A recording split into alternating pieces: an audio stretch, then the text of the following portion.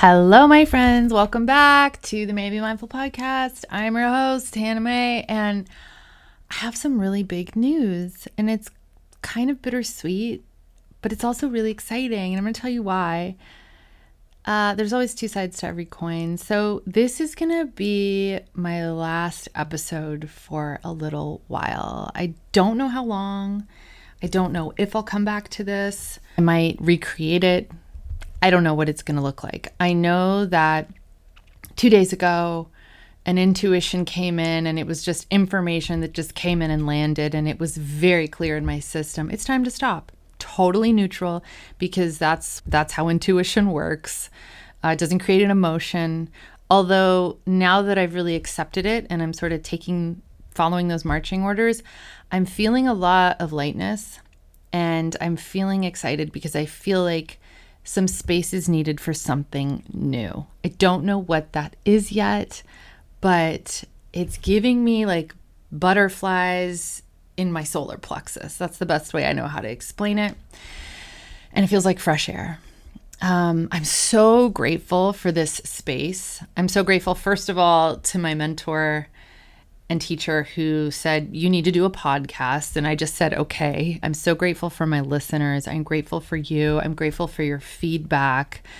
I have a really amazing, awesome, supportive group of listeners. This podcast did not grow massively. And honestly, I don't know if my nervous system could have handled that, because this whole experience has been honestly a nervous system expansion exercise for me around speaking, around visibility, around vulnerability, being seen, permission.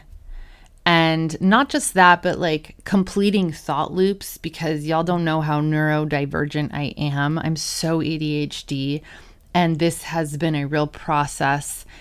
Also, it's helped me work through a lot of my perfectionistic tendencies, still working on that. Not that that'll ever be perfect. And it's helped me like do a lot of my own work, because what happens is anytime you start focusing on something and talking about it, it's going to start bringing it up in your own consciousness. You're going to start naturally seeing where it's showing up in your own life and connecting dots. If something's on your mind and you're curious about something, that's what'll happen. And your own experience, I have found, will evolve.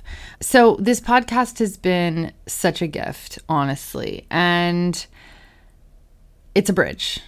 It's a bridge to something else. I also, and I don't talk a ton about my personal life, but I have 6 kids. And one of them just graduated. She graduated valedictorian. She's amazing. All my kids are absolutely amazing and incredible. And she's off to her dream school. And I'm just really wanting to be super extra present for that transition coming up in the next month. And then, like, aside from that, I have 3 other teenagers, and that alone is enough to consume anybody 24/7. I'm not just taking this space for my kids. I'm not somebody that's like, I must disappear and give all my time to them, because they don't actually want that either. I'm also creating space professionally and spiritually for whatever's supposed to come in next. I have more client requests that are coming in that I'm wanting to open up and create space and time for one-on-one work, because the way that I work in the coaching containers that I do, it's actually pretty time and energy consuming, because I don't under-deliver. I tend to over-deliver. I really get invested, and I really care about my client transformation.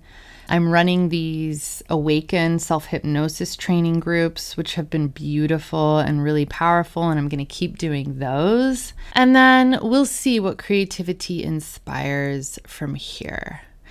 And I started training Krav Maga a year ago, okay? I haven't really talked about this, I don't think. When I started, I was like, okay, I thought about doing it for like a year, and then I signed some of my kids up and we all do it together. It's awesome because it's like this melting pot of martial arts, and it's pretty freaking savage, and it just feels very practical, and it feels very useful. And I know that's what I'm supposed to be doing. And there's so many parallels in it that align with like spiritual growth and personal growth and all of it. I could just sit and geek out on it. But when I started, I was just sort of making myself go like 2 days a week. And I was like, okay, like I just got to get my classes in. And I was doing my stripe tests because, you know, you do a certain number of stripe tests before you can belt test. And then when it came to my belt test a few months ago, I was like, I can't do this. I was like so freaked out and dysregulated by it. And I had to like have these pep talks with myself. Like I would wake up in the morning and I would prime my mind and I would be like, I felt like Lightning McQueen, you know, when he sits in the trailer before his race and he talks to himself and he's like, I am lightning, I am speed. That's what I felt like. I just had to really give myself these empowerment talks. I also had to give myself permission to just not show up. I was like, I'm not showing up. I'm not doing it. I don't want to. I don't have to. If I don't want to, I'm not going to. Nobody can make me. And then I would have these arguments with myself. Very lively conversations. You know, you do it too. And I did it. I did my test. And I was so inspired actually by watching some of the higher belt levels in their circle of death and like have everybody attack them from every which way possible and watch them defend themselves and fight back. I was like, this is goals. And this felt like such a big thing to overcome just because it was like such a buildup for me. So it sort of lit this fire for me. And then I took a deeper dive and now I'm much more invested than 2 classes a week. In addition to that, my husband is on the road for the better portion of at least half the year. And I am mom. Like I have to hold it down and it's a lot. I love a lot. I have a capacity for a lot and I welcome more. I am an active member in 12-step recovery. I have sponsees periodically. I am sponsored, so I'm usually in my own work in order to further and grow my own recovery. And life is full. And I really just want to bring some fresh air into some spaces that might be needing to be cleared in order to have something new land. Because we only have so much energy to give. And I think it's really important to be selective. So maybe I'll just share a little bit right now about where I'm at on my spiritual journey because that's pretty important. And that's really the most important thing to me because that's what sustains and gives life to everything else and keeps me elevated and provides like a buoyancy because what I know to be true, what I've experienced to be true, what I've witnessed to be true is you can have a really full life. You can have the life of your dreams. You can be rich with blessings. But if you are not spiritually building endurance and capacity to hold that stuff, it will drown you. And those blessings can essentially become too heavy. And, you know, the bigger and the more beautiful life gets, like the more we need to keep spiritually fit in order to continue to be present for it and show up in a clear way. So right now, every so often, I will rework the steps because they're amazing. And I'm currently on a step 2, and I'm having, every time I've done a step 2 in my life, I've had a brand new experience with step 2, and it's evolved my relationship with my creator. Step 2 is came to believe that a power greater than myself could restore me to sanity. Okay. So this looks different every time. And right now, what it looks like is really becoming cognizant and aware of where I have gone out on my own and tried to just manage and cope. What I have allowed to take space in me that I did not realize was taking up space in me that I had been using like as an external source to, or external means of like getting okay, of getting my well-being, of supporting or informing my identity. And the problem with this stuff is it works until it doesn't work.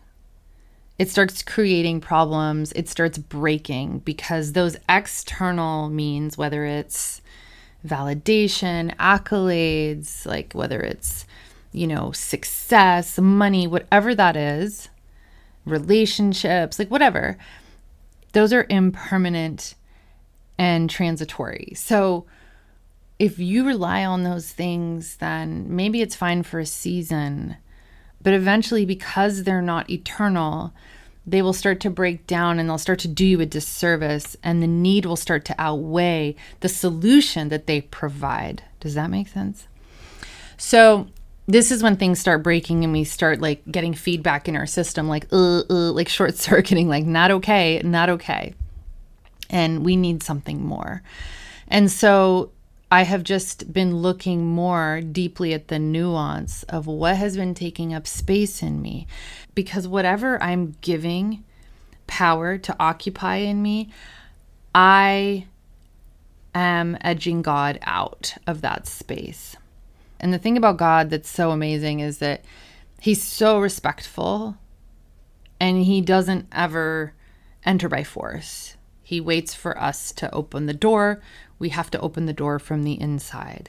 So in order to do that, we have to become aware of the space that we're actually needing to allow presence into, which means we have to take a deeper look and get inside that space ourselves.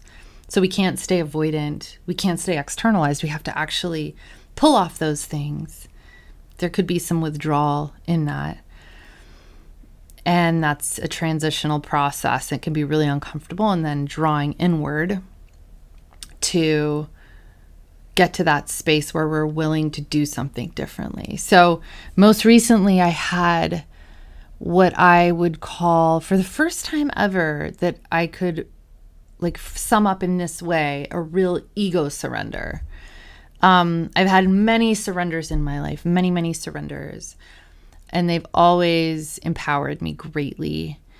But this was really interesting because it was an ego surrender around identity, around my gifts, around where I see myself in the world, around the way I think others see me, around what I think success around it is, around what I think I'm supposed to be doing and how these gifts are even supposed to be serving, what it's supposed to look like, what it's supposed to feel like, my self-concept, all of it. It was almost like this huge weight got lifted because I had this moment where I just said, clear the slate. I don't care. It can all go up in flames if it's not in alignment with the truth. And so I'm currently in this process of just rest and allowing to be reinformed, to be informed at a deeper level, and to allow God's presence into those spaces that I had not let him into. And we all do this. Like, we all have spaces where we can become more embodied in different ways in our lives. And it's a really beautiful, powerful, and intense process. So that's sort of where I'm at right now. I am in ego surrender. I've been in a pretty solid process of ego death, I'd say, or at least a layer of it for the last couple months. And I'm here for it. Like, at this point, I am so here for it. So that is just to get current with y'all. Like, we're in a 12-step meeting here. If you're not signed up to my newsletter, please do so that you can stay current and aware of all the happenings. I am running my next Awaken group, actually August 1st, this Saturday. It's not too late to join. And if you do want to join, I will go ahead and extend the early bird pricing for you as a farewell parting podcast gift. And if the group gets full or you can't do this round, please let me know, because these groups are created on demand. So once I have enough people, and I keep the groups pretty small intentionally, I will create another one. So this is me signing off for now. So much love and gratitude to all of you for your support and continued support. And we'll see what happens next.